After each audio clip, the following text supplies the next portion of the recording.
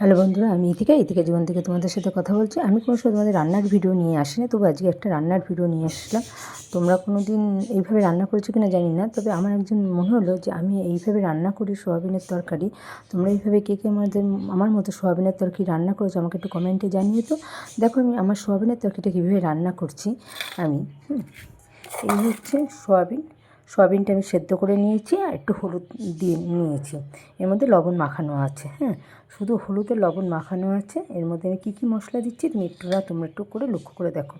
এটা হচ্ছে লঙ্কার গুঁড়ো, ধনের গুঁড়ো, জিরে গুঁড়ো, পুরোটা আমি দিয়ে দেবো।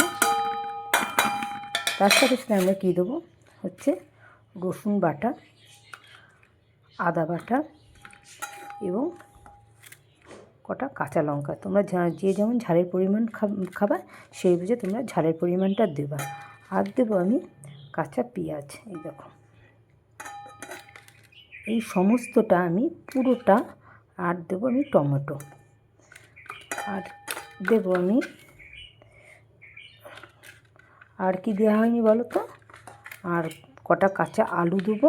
এই দেখো কটা আলু, এই হচ্ছে কাঁচা আলু দিলাম। পুরোটাই আমি চটকে মাখাবো। আর দিতে হবে একটু সর্ষের তেল।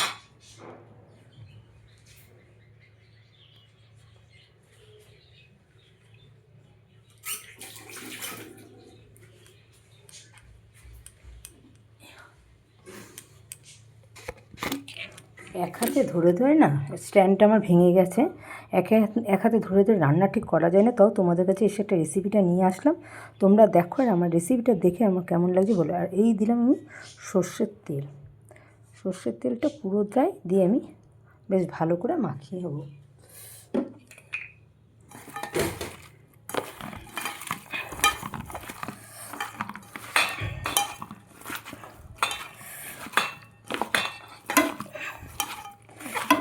অনেকক্ষণ ধরে বেশ করে ভালো করে মাখাতে হবে, যাতে এই মশলাগুলো সয়াবিনের গায়ে পুরোটাই লেগে যায়। দিয়ে এইভাবে তোমরা আগুনে বসিয়ে রান্না করবে আস্তে আস্তে থিমে আছে।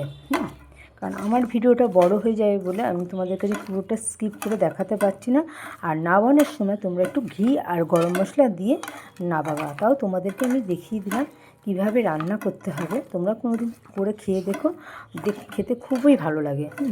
অনেকে তোমরা বাটির আলুর চচ্চড়ি খেয়েছো, অনেকেই বাটি করে আলুর চচ্চড়ি, কিন্তু এইভাবে সোয়াবিনের তরকারি তোমরা খেয়ে দেখো। সত্যি বলছি, এটা আমার শাশুড়ির হাতে রান্না করার শেখা। এই দেখো এইভাবে মাখিয়ে নিয়ে এটাকে এবার বসিয়ে দেবো। এই হচ্ছে গ্যাসে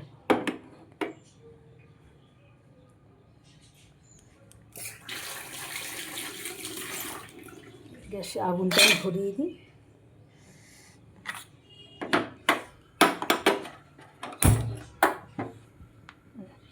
একটু এটা জোর বাড়িয়ে নিয়ে বেশ আগে ফুটিয়ে নেবা, বেশ করে নাড়িয়ে নেবা, তারপর আস্তে আস্তে থিমি আছে এটা রান্না হবে।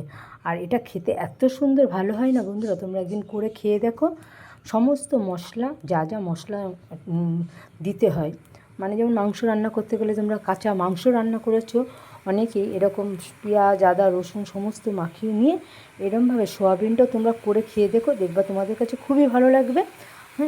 ধন্যবাদ, থ্যাংক ইউ বন্ধুরা। আমি এটা একা একা হাতে ফোন ধরে রান্না করা যায় না, আমি এটাকে বসিয়ে রান্না করবো। তোমাকে পরে তোমাদেরকে এটা ফাইনাল লুক দেখাবো।